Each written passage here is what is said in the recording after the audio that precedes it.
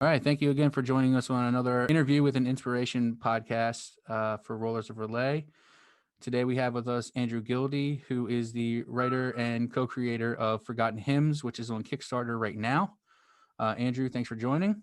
Oh man, thanks for having me. I'm super happy to be here and excited to talk and chat and wherever the conversation takes us. I'm, excited to be here, man. Yeah, this is a bit impromptu and it kind of last second. So I appreciate you taking the time out and talking with us. We do this thing called interviews with an inspiration, and typically we've talked to game creators, game developers, things like that for RPGs. We've talked to Seth Skorkowski, who is big on YouTube for Call of Cthulhu. Mike Mason, who's the chief creative officer for Call of Cthulhu, the RPG game. We've talked to the Lovecraft tapes, Jeremy from the Lovecraft tapes, and we've talked to. Oh, we just talked to Steve, the person who owns my local comic shop, who's blowing up in Maryland right now, the huge comic store. And that's kind of what led me into more one of talking to comic book creators and especially horror writers, and if I can mix both of them together, perfect. So your new book that's going to be coming out that you're crowdfunding for right now, Forgotten Hymns, is as you describe it, a Lovecraftian noir horror, and all three of those words encompass everything I love about horror. So why don't you go ahead and tell us a little bit about that? Yeah, you had some great names on there, man. That's awesome. I feel like really honored to be a part of that company, man. That's pretty cool. Uh, yeah, so Forgotten Hymns, the quick elevator pitch is what if Jeffrey Epstein had a daughter and his daughter found out that her dad was an avatar for the old gods? And so like what does this mean? So our main character, her name is Lillian Richmond, and she works for Richmond Capital, which is like a huge Fortune like 100 company. And her father was the original creator and CEO, and now she's taken over the company. And basically, her dad has just been this like awful person. Like he's going around, abusing people and women, and she has to kind of cover it up for not only herself and the company, but as she's covering this stuff up, she kind of finds that her dad and the reason why her company is successful and the reason why she's where her status is at is that there's a little bit more to it. There's like a deep, dark, occult kind of secret that her father and her family's legacy is really tied to. And so as she's learning more about her dad, she kind of learns more about, the origins of where she's from. And that kind of leads her into some really dark and creepy spaces. And it's been just a really, really fun and awesome time kind of writing it and exploring um, those kind of themes because it's been a blast to write. It sounds like a lot of fun, and I'm always interested in the writing process of any kind of writer who does anything creative, and we'll kind of talk about that in a second. But let's stay in the same lane as Forgotten Hymns here, and your crowdfunding for the first book, the first issue, so to speak. In the comic book world, they call them books, and people know them as issues. So your crowdfunding for the first issue, eh, how exciting is that for you? And is it a little bit stressful? I mean, I personally have backed the book. I share it every time on Facebook. Every time you share anything, I've shared it to the Rollers of Relay Twitter, and I just think that if you are a fan of Lovecraft, if you are a fan of horror, if you are a fan of any kind of pulpy noir kind of feel, you're definitely going to love this book. So just by the ashcan pages that I've read, I mean, it's right up my alley. And the first thing that kind of popped in my head when I saw it was, have you ever heard of Black Monday Murders from Jonathan Hickman? Oh yeah, man. That's my jam. That's like Jonathan Hickman at his like most Hickman-y. Yes, yeah, Like yeah. I if that's a thing. yeah, I know exactly what you mean by that. You're totally right. Yeah, that when I heard that that was coming out, I instantly put it in my pool box at the local comic shop. I love his writing, and I love that specific comic book. So let's kind of talk about the crowdfunding process, some things that are offered to backers, and let's talk about just the whole, you know, preparing for a Kickstarter? Yeah, for sure. Well, so I guess the first part of this is, I got to talk about my team, who's making the book with me.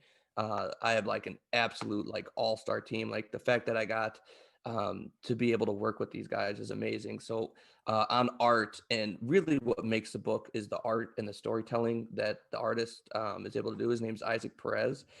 He's an artist from Baja, Mexico, and his originally I wasn't going to do a black and white book.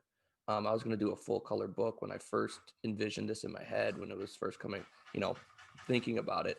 But then I saw his art and what he's able to do, and I wanted to have that like really gritty noir, like because there's a lot of crime in this book. And it was just perfect. Like it's one of those things that the stars aligned.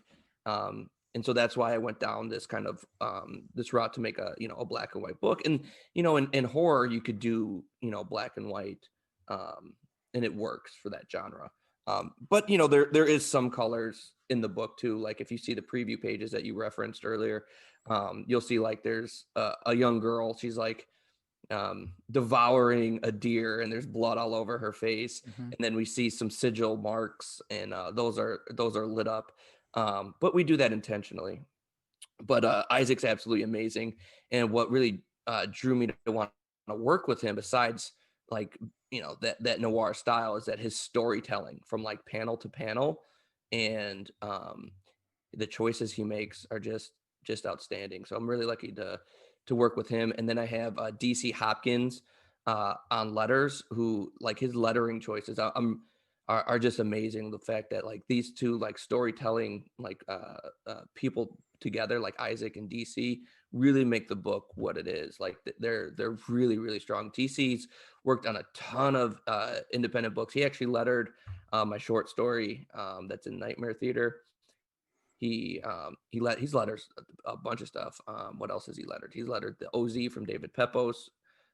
He's done a bunch of different stuff, and I'm really excited to work with him. And then I have David Gallaher, who's a big time industry vet, doing the story edits. And so like he's wrote Green Lantern, he's wrote Iron Man, and so like the fact that he wanted to work with us on this, and he really kind of took the story and help me take it to the next level. It was something that I was really hesitant to work with an editor for a long time, and I just knew sometimes when you're writing, you're in the forest and you can't see the trees in front of you, and he really helped me kind of focus my writing. So like David's influence on this book is outstanding, and I'm really happy to have him a part of it. Um, so yeah, so gearing up for the Kickstarter, I've done two Kickstarters before for my previous book, Manus, and it was something that I've done pitches before to tons of different publishers, and I've gotten feedback, and I didn't want to go to a publisher with Forgotten Hymns. I didn't want to. I just wanted to take it right to Kickstarter, and because I wanted to interact directly with fans. I think when you get a publisher, there's like sometimes a disconnect. There's like a middleman there, and I really enjoy talking to people that like the book. I just love interacting with fans, and especially now that comic conventions aren't going on, this is like a Kickstarter is like a really great opportunity for me to like meet new people and meet you know and meet people that are fans of comic books that I wouldn't have met if I wasn't making comic books. So that was one of the reasons. Another reason is, in this day and age, you don't really need a publisher. Like I've done it long enough on my own with with Man of Sin. And I've done the publishing route, that I don't really need a publisher. I could do it all on my own. And so that was, one of the reasons why I went to Kickstarter for this project. And just the the gearing up process, man, it's a lot of work. Like anyone who thinks they're just gonna like throw a Kickstarter up there and they're gonna get tens of thousands of dollars, they're crazy. Um, it's a lot of work. Like I've been planning this for over a year, like since it's just been it's a lot of work. And to answer your question about like, is it stressful? Is it, excited? It's everything. It's a roller coaster. Like I'm super excited because my project is out there to the world and I'm showing people and people showing me so much love and they're really excited for the project. Our project actually just got picked up as a project we love on Kickstarter, which is their like the best of.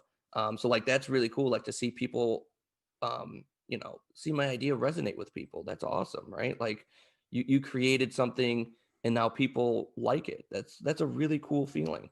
Um, and then it's also really stressful because sometimes it feels like you're just shouting into the void and no one's listening to you except the elder gods, right? Like Yeah, yep. no one hears you. But it's just part of the gig. Like I don't ever take it personally. Like I don't take these things personally. I think it's my duty as the creator and the writer. I don't look at it as like me promoting myself. I'm promoting like Isaac and DC, like these guys who did amazing work. Like it's my responsibility to show the world how awesome these guys are. And so that's kind of, the way I spin it in my head psychologically.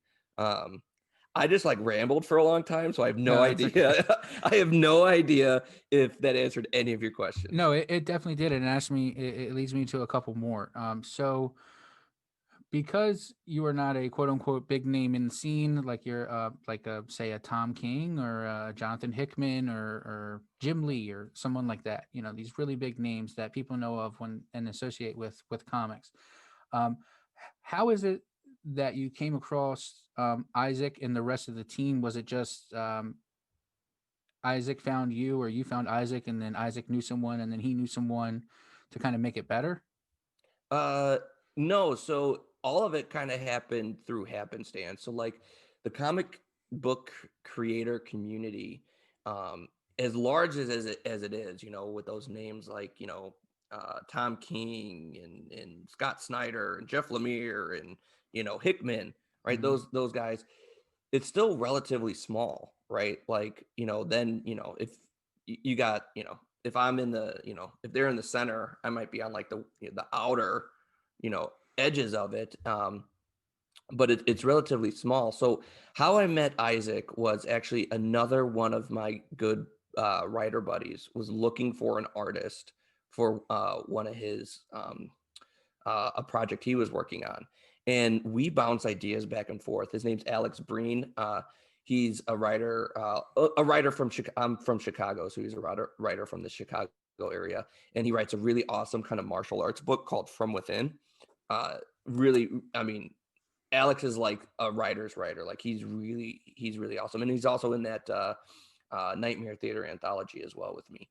But he was looking for an artist for a project he was working on, and we usually share like if we're working on a project and we're looking for an artist because we know each other so well and we trust each other. Um, we bounce ideas back and forth. It's like, hey, what do you think about this person for my project? Like, do you think it would work and all this other stuff? And Isaac was one of the artists he was thinking about, and he was like, I just don't think it's right for this project. And I'm like, you're 100% right. Isaac is not right for that project, but he's right for my project. So I kind of like poached him. Like that's how I met him. Was that my buddy Alex kind of I don't want to use the word discover, but my buddy Alex was talking to him about a project he wanted. It wasn't right for Alex, but he was perfect for me. As soon as I saw his work, I was like, oh man, this is definitely something I think would work for Forgotten Hymns. And I was just kind of starting looking for artists at the time. So it just clicked. And then when I reached out to Isaac about working on the project, he was not only really enthusiastic, but he was super professional. Like he's everything you want in a collaborator. Like he was giving me like what I loved about Isaac was not only the storytelling choices he was making on each and every like panel and each and every page, but like he was like, you know what? I think we should move this page to another part in the book because it would make it flow better. He's like, what if I do this with the panels? And as a writer, because comics are so collaborative, you want that. Like you just don't want someone like you give their script, they give you stuff back, and like there's no interaction. Like we're constantly sending emails back and forth about, how we can make the story better or what choices we can make. And it's just been an amazing collaboration. I couldn't be happier. And not only that, but his art's freaking amazing. So, that helps. Yeah, so that's how I met Isaac. DC, um, on the letters. Again, I met through Alex. He was working with Alex on another project, and I was looking for a letterer. I had a letterer that I really really liked on Man of Sin, but I kind of just wanted to branch out and see kind of what else was out there. We worked together on Man of Sin for like 5 years, and I just kind of wanted to test the dating pool out, if you will. And I met DC, and again, DC is absolutely amazing. His work, his storytelling, the choices he makes with his letters are absolutely amazing. And I'm just really lucky and happy that he had a spot open, and he was willing and wanting to work with me. David, the editor, David Gallaher, I was looking for an editor, so I put like an open call list out with my story, what it was about, and what I was looking for an editor. And he happened to read it, and he really liked the story. And so we went back and forth, kind of just talking about the story and what he could do. And I had a couple other editors I was looking at as well. But not only did I really like the fact that David, is an industry vet, the fact that he's worked on Iron Man, the fact that he's worked on Green Lantern, like he's been there. He's a Harvey award-winning writer himself. Like he's been there, right? He's an awesome writer in his own regard. But when we were talking about story and what I wanted to do with the book, he like immediately understood what I was going for. And I think that was the biggest thing that made me want to work with him, was the fact that he really understood the book. And so we started working together, and he really just elevated he elevated my game, which was great. So that's kind of how the team came together in a nutshell. And like the comic community is so awesome. Like I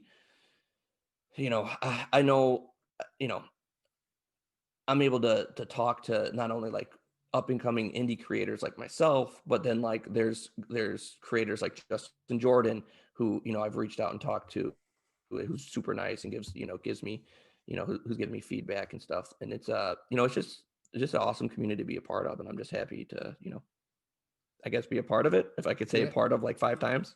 Yeah, no, that's totally great. And I mean, Justin Jordan, I've read a few of his books as well, and I've actually met him a few times myself, and he's a very, very nice man, very soft spoken.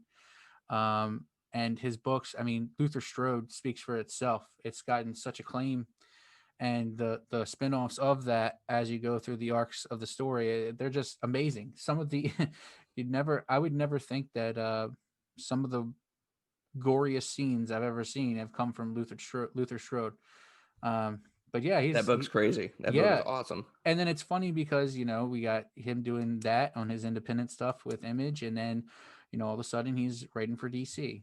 Now he's doing stuff for DC after Rebirth and stuff like that, and it's pretty amazing just how just how far a thought and putting action to your thought and creating a comic book, it can take you. Because I mean, some people's dreams, you read DC Comics your whole entire life, to be able to write for any kind of character or make your own character for DC, that's some people's dreams.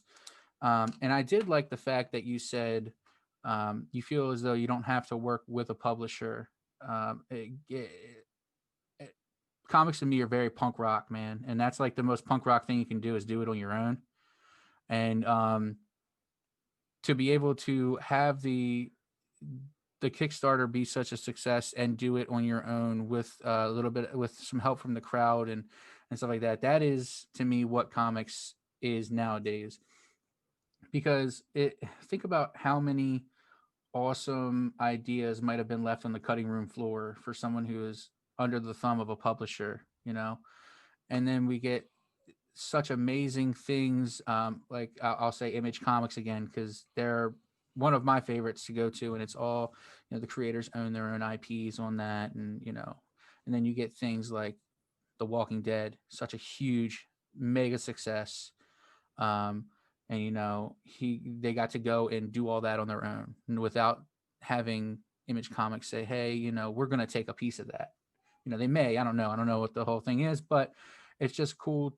All of the great things that I've read and the things that keep me coming back to comics are what introduced me to those other publishers when I see and read such great things that they've done on Image. So, for instance, I read comics when I was younger, and then I stopped reading for the longest time because chicks didn't like guys who read comics, right?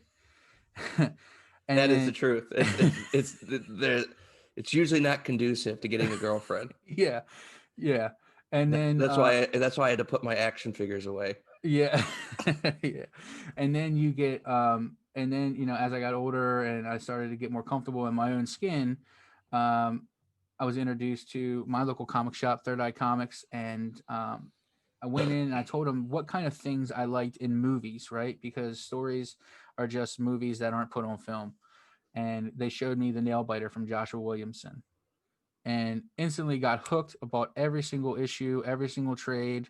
My wife even loves it. Every time when they revamped Nail Biter, I went out and bought it, and she's reading it again. But then, I'm not really a big fan of superhero type stories, but I saw that he was writing The Flash on DC, and that brought me over to DC to read The Flash, and then American Vampires from Scott Snyder. Reading that brought me over to, oh crap, he's writing Batman. Let's see what he can do with Batman.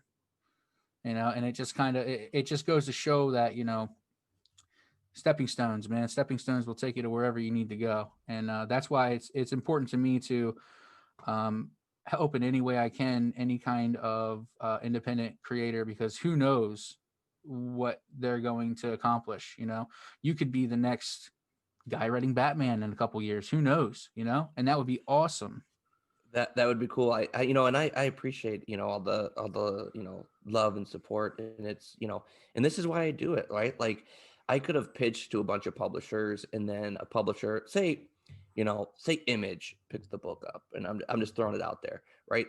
There's a marketing and a promo cycle. So like, if they picked it up, there's like so many months I can't talk about it. And then when once it comes out, like, I only have X amount of days to hype it up, because we got to make sure we get the pre-orders in, and I want, the reason why I like Kickstarter so much is that I'm able to reach out to the fans, and I'm able to, is it a lot of work on my end? Sure.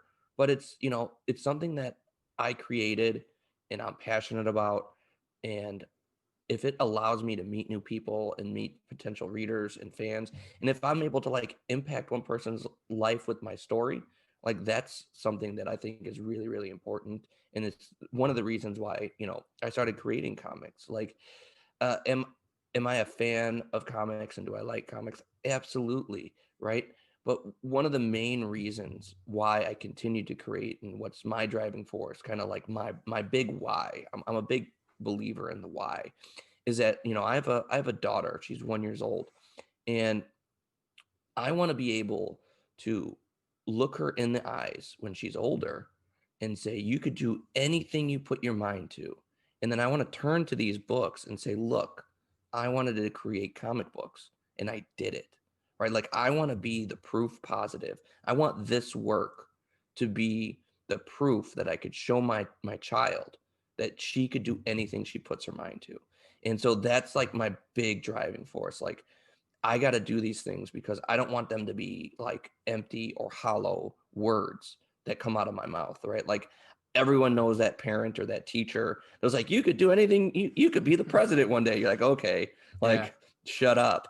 But I want to like I want to be able to be like, no, I'm being dead serious. Look at this. Come here. Like, look at what I did. Like, I had this idea. I had this vision, right? It was just in my head. It didn't exist in the world before, and now it does. And hopefully, it romantically in my brain, she's gonna be like, yeah, dad, but she's probably like, yeah, whatever. Like, Yeah. I'm gonna go, you're old, like, whatever, whatever that is. But Yeah. that's why I do it, man. Yeah, I totally commend that 100%. And to be able to have an example of everyone's level of success is different, and to have that example is an amazing thing.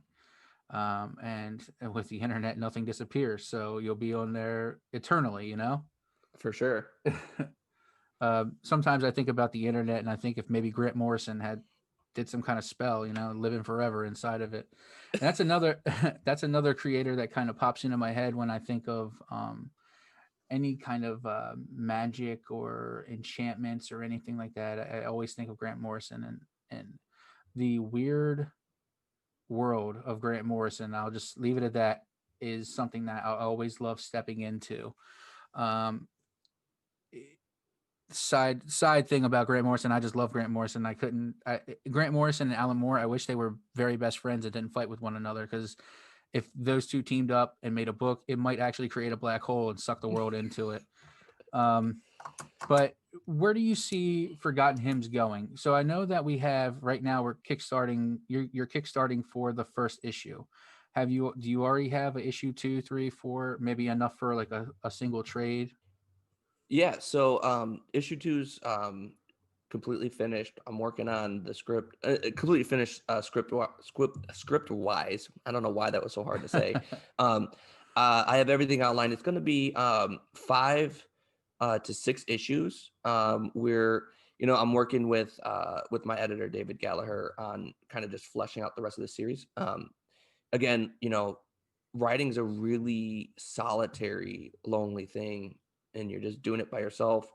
And sometimes it's really good to bounce ideas off of people. So originally it was going to be 5 issues. Right now we're gonna probably keep it at that, but we're talking about maybe a 6 issue if we're gonna if we need to flesh out some more things, if we need more story. So it's going to be a self-contained mini series. I really like to work with self-contained stories. And what we're going to do, our game plan with Forgotten Hymns, is we're going to serialize it on Kickstarter. So issue 1's out now. Once we get issue 1 published and printed and shipped out to all the backers, we're going to start production on issue 2, and then go back to Kickstarter and do that for the whole thing, and then release the trade. Gotcha. And again, it's one way we could go directly to fans. And so, like, if I had to, look at the timeline for that, we'll probably we'll probably kickstart issue 2 sometime in first quarter, like March, April-ish, 2021. Issue 3 kind of late summer, early fall. And then maybe get a third issue, maybe get issue 4 in at the end of 2021. Otherwise, we'll finish the series in 2022. So that's Very kind cool. of like the long game of it. Yeah, that's really neat, man, and it's cool that like I keep saying, you guys are doing this all yourself, and people are so used to once a month releases or whatever, and I appreciate. I'd much rather wait a longer time for something that is rock solid than someone who's just I've literally read comics, and this is nothing on Jeff Lemire because I love Jeff Lemire. His writing is amazing. But there was a Thanos book that he was writing that had 0 dialogue in it. And I'm like, he gets a writing credit for that. But it really didn't have very much to do with the story. Maybe he needed to take a break or whatever the case may be. But I love Jeff Lemire's writing. Gideon Falls is amazing. Absolutely Man, amazing. literally every book that you've mentioned, from Nailbiter to Gideon Fall, like everything you've said, like I'm literally the same exact taste, but in Yeah. Chicago. Like Yeah. all of those books, every guy you've talked about, like I'm not really huge on superheroes either, but I've done the same thing. Like I started like I forget what it was. I don't know. Anyways, like I'm mostly like independent, like Image Books, Dark Horse, Dynamite, some of the smaller publishers like Vault or Yeah. Well, Aftershock. And I'm really into like the horror or like the non-traditional superhero stuff. Like I love Gideon Falls. Gideon Falls is one of my favorites. And I like Black Hammer, that yeah. Jeff Lemire did as well. Like all of those books, I'm like, man, everything he's saying, I really like. Like all of those Yeah. things are my favorite. And I completely agree with Grant Morrison. Like sometimes Grant Morrison gets like a little too weird. Have you ever read Nameless? Nameless, yeah, that's a little weird. Even some of his Animal Man stuff is a little too out there for me. but Yeah. I love how out there he can get with keeping Yeah. readers interested. Yeah. I mean, he could. Have you read Invisibles yet?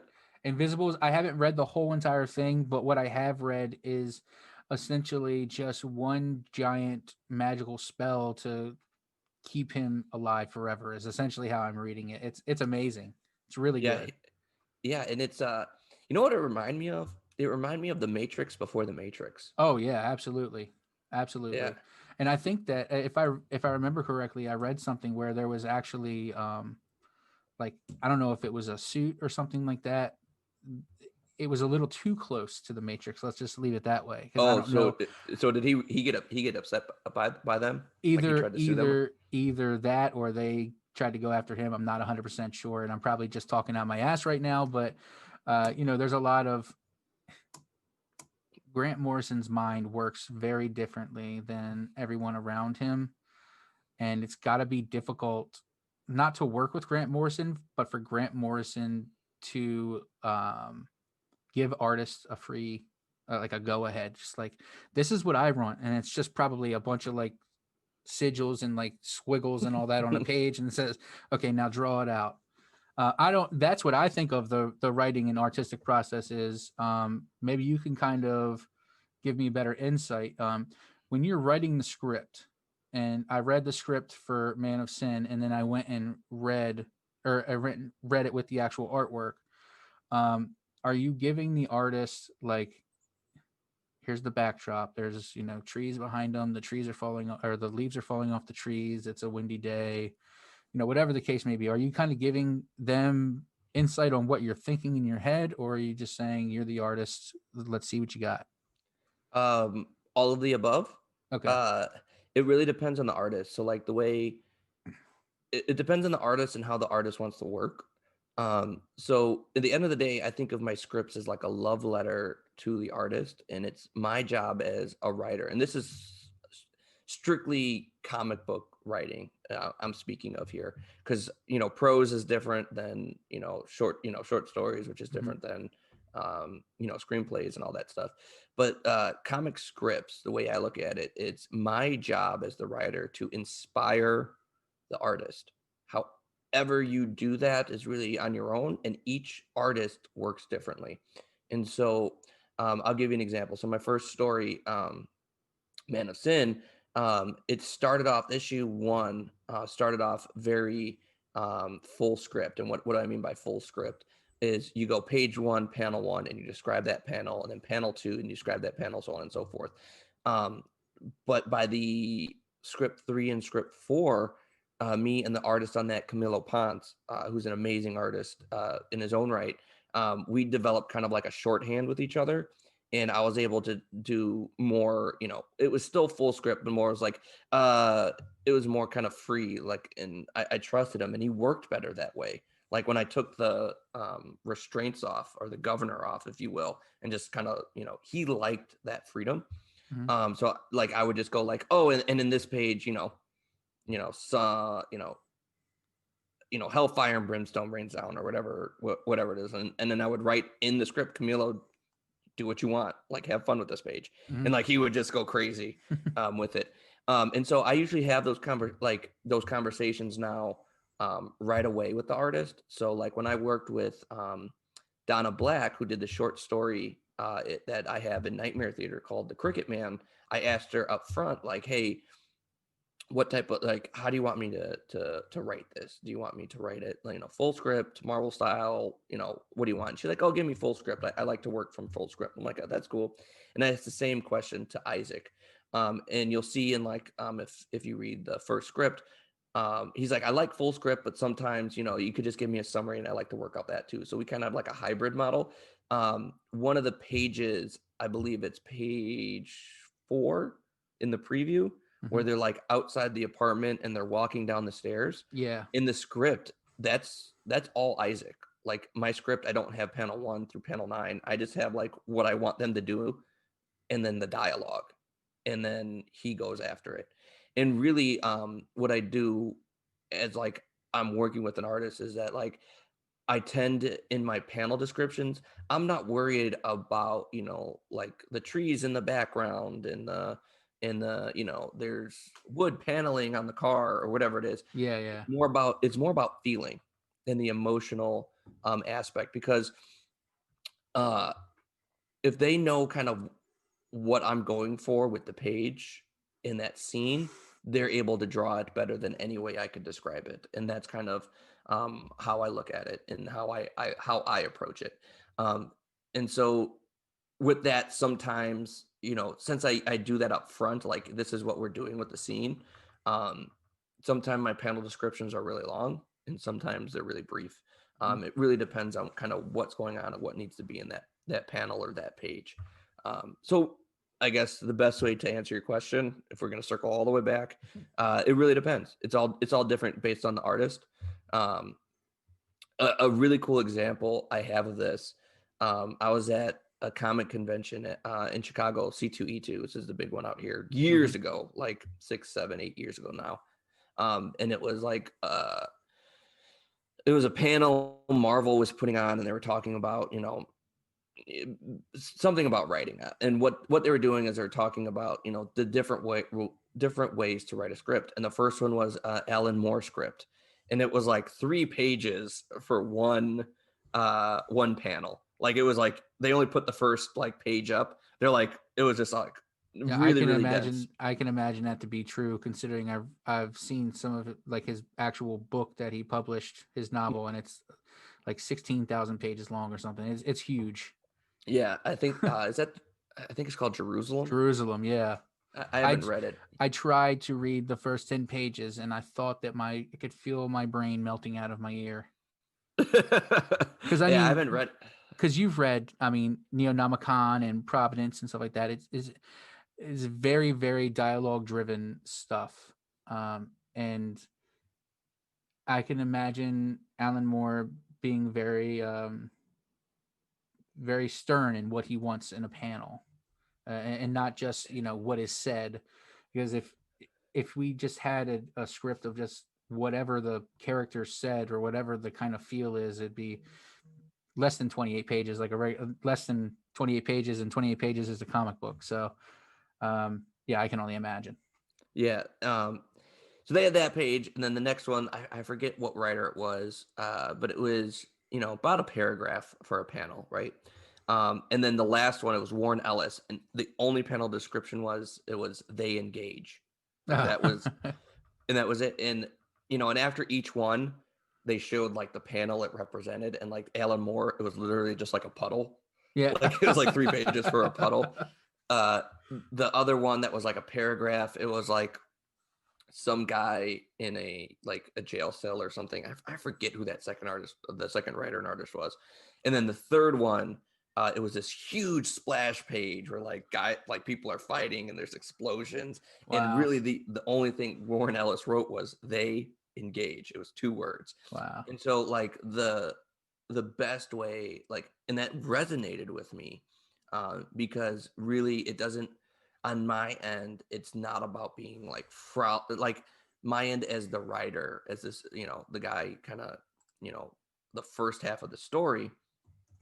Uh, no, I'm not here to wow my artist with my words. I'm here to inspire them, because it is comics is a collaboration, and I couldn't do this without them. And so like I try to get out of my own way as much as possible. And I try to make my scripts somewhat entertaining to read. Like it's not a drag.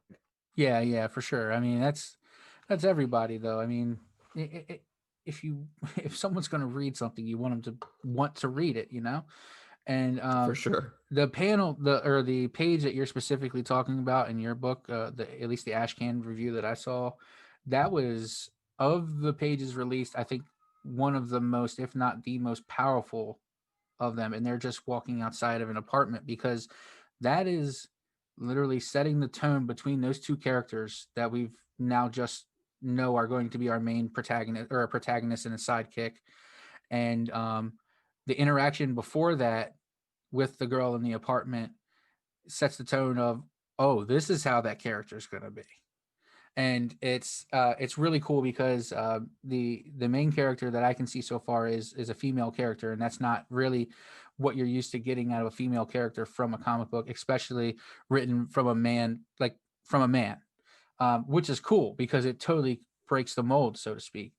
And yeah, I can't wait to see more Forgotten Hymns, and I look forward to the updates. I can't wait for all the different like the sticker that was released with the sigil on it. That looks cool. The artwork that we saw before it even launched. I mean, that's amazing. I'm not a big black and white guy, but you throw the pop of color on the sigil on the back, and I'm all for it, man. Because even though the artwork is in black and white, that little bit of color kind of illuminates the panel, so to speak. It gives it not just a focal point, but it makes me want to know more. Um, I've never really been a big black and white guy, but there's some things that just I just can't take my eye away from. Yeah, that was the, first off, thank you so much for, the kind words, that like all of that you said, that was exactly what we're going for. And like the fact that you said that, like as a creator, I'm like, yes, on the inside, like, yes, we did our job right. Uh, being a guy and writing a female, I had this thought uh a while ago. I read Gone Girl. Have you ever read Oh yeah. I read Gone Girl, and I thought, man, she really Gillian Finn really gets dudes. Like she like uh Ben Affleck's character from the movie, when she was writing him, like she nailed the dude. And I'm like, man, that, like, I don't know if I could do the inverse that well. Yeah. And so my first book, it was Man of Sin, was really, really personal. It was really it was from a guy's perspective. Our main character, Damien, is a guy, and a lot of it was really easy for me to write because I'm a dude, right? Yeah. Like that's pretty easy. When I had my daughter, everything in my life kind of flipped. Like I have two younger brothers.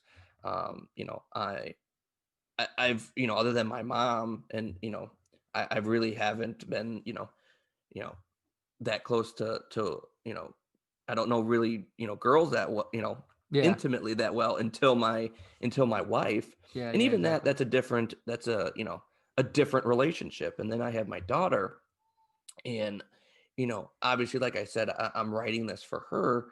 I started thinking about like different things she's going to consume as a person, as she gets older. And I'm thinking about comic book characters, and I'm like, man, I really want to write a badass chick, like the most badass chick I could write about. um and not a badass in a way like uh you know Charlize Theron in, like, Old Guard, like, not like, we've seen the gun wielding badass. Mm-hmm. We've seen, Sigourney Weaver in Alien. We've seen those type of females. I wanted like a ruthless, cutthroat predator that you mostly see from guys. Mm-hmm. And but the challenge for me writing Lillian is I still wanted her to keep her femininity, and I still needed the reader to connect with her, right? Like, so that was really fun and challenging to do. Like, just her dialogue, her interactions, everything that we we get from her, has just been, not only was it challenging, but it was fun to kind of do. And you know Isaac not only did an amazing job, but he immediately picked up on that, and he did a great job with that. Um, and then as far as like the artwork and everything, like you mentioned, the black and white stuff, like the two comic books that stick out to me that are black and white that did a really good job is, obviously, you mentioned The Walking Dead. Like, Mm-hmm. that's an amazing black and white comic book. And then, have you ever read Echoes? I don't think so.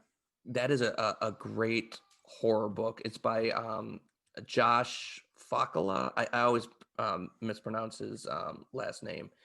Uh, but Image put it out. and I think it's from God, I forget the artist, but it's one of my favorite comic books, and that's in black and white as well. It's a horror book. Um, it's a psychological thriller, and it's amazing. I highly recommend it. Yeah, I'm looking it up right now actually to see if it rings a bell.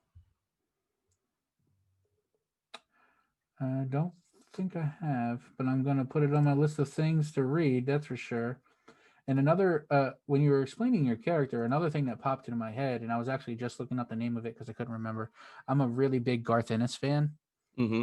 and Garth Ennis has been to Third Eye Comics a couple times, and it's been just a massive, massive group of people. You know, especially with Preacher being on TV now and stuff like that.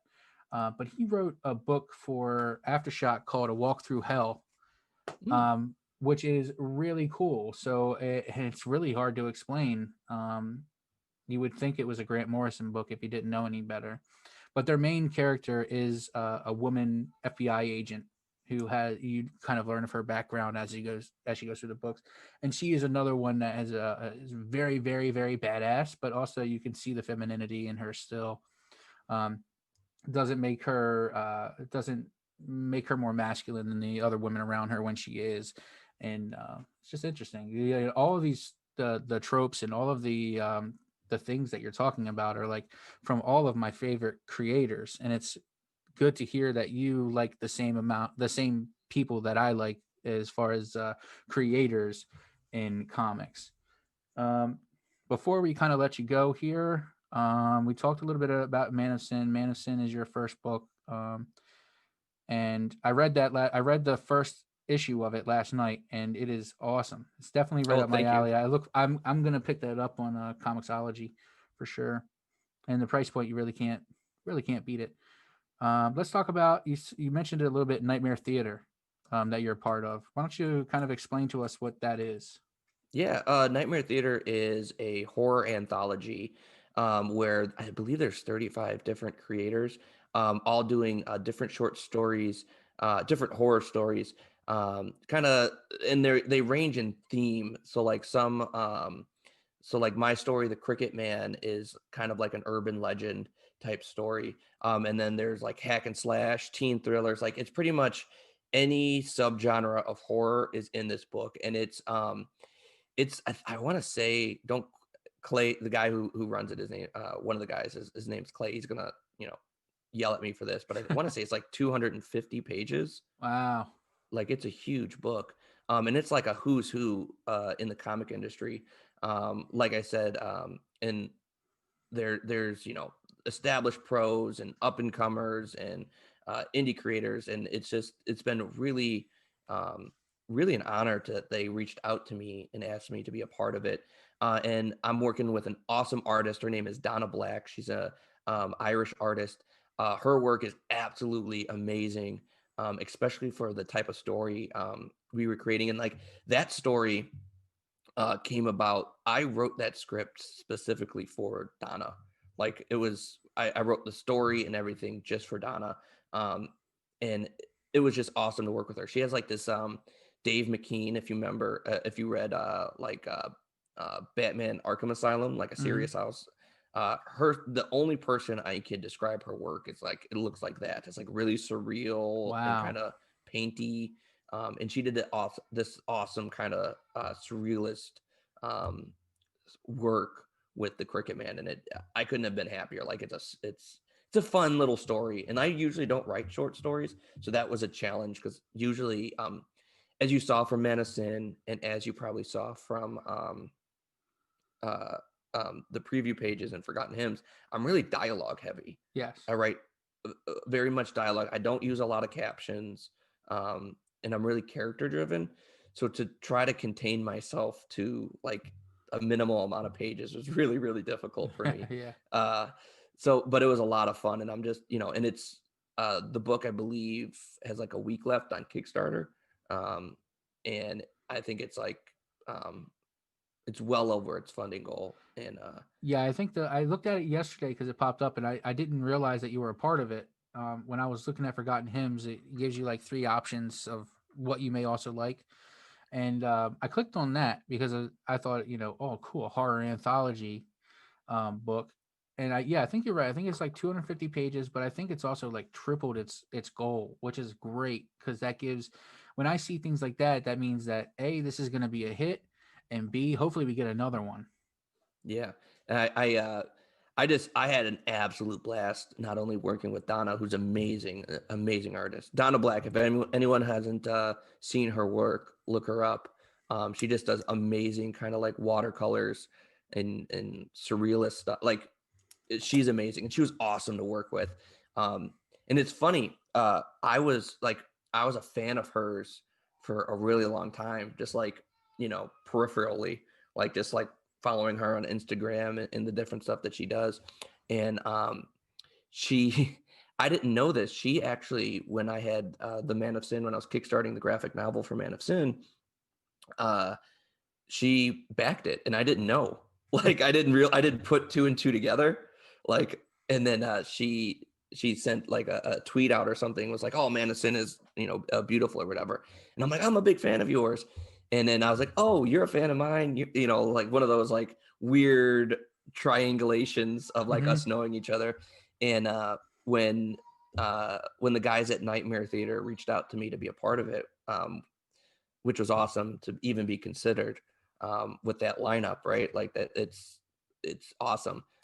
The only person I thought of who I wanted to work with was Donna at that time for this story, and so I reached out to her, and I had absolutely no story at the time because I was working on Forgotten Hymns, and I was like all in on Forgotten Hymns.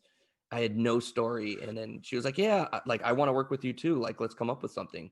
So I came up with like 5 or 6 different pitches of what we could do, and she was like, "I want to do the Qriket Man." I'm like, "Good," because that was my number one choice. So and what the Qriket Man is, basically it's about this urban legend who lives in the forest and lives in like the woods or whatever, and it punishes people who desecrate the woods. And so we see a group of teens kind of doing teen stuff out in the woods, right? They're drinking and having a good time, and they start littering, and the Qriket Man shows up because he's not too happy about that. So yeah, it was a fun little story. And Donna did an amazing job. And then I have DC Hopkins, who also did an amazing job on the letters on that. And that was my first time working with DC, and I was able to uh, twist his arm and get him to work with me on Forgotten Hymns. Yeah, and thinking of the way that you're describing, I'm just quickly trying to look up and see if I can find any of Donna Black's artwork here. Um, and it's funny because the way that you describe her artwork is the same kind of feel that I get from Man of Sin. So it's good that she kind of likes that as well. Yeah, it was people were making fun of me. They were like, so apparently, like when I was, showing people, because this was, there was Man of Sin, and my work with Donna is like the thing that's released after Man of Sin, the second thing that I've done. I've worked on other stuff, but this is the next thing released. And they're like, so Andrew has a style like every other Yeah, artist. yeah. Don't worry, don't ever ask work with Andrew because he's got one style. It just happened that way, and I do like that style. It's really cool and it works for horror. Um, Yes, yes, it does. uh, but yeah, Donna was awesome to work with, and obviously you could see Forgotten Hymns is a completely different style. Oh yeah, So yeah, yeah. um, It definitely is. So there's another question I wanted to ask you, but I can't quite remember it right now. Um, oh man, that just means we're gonna have to have a follow up interview. I think.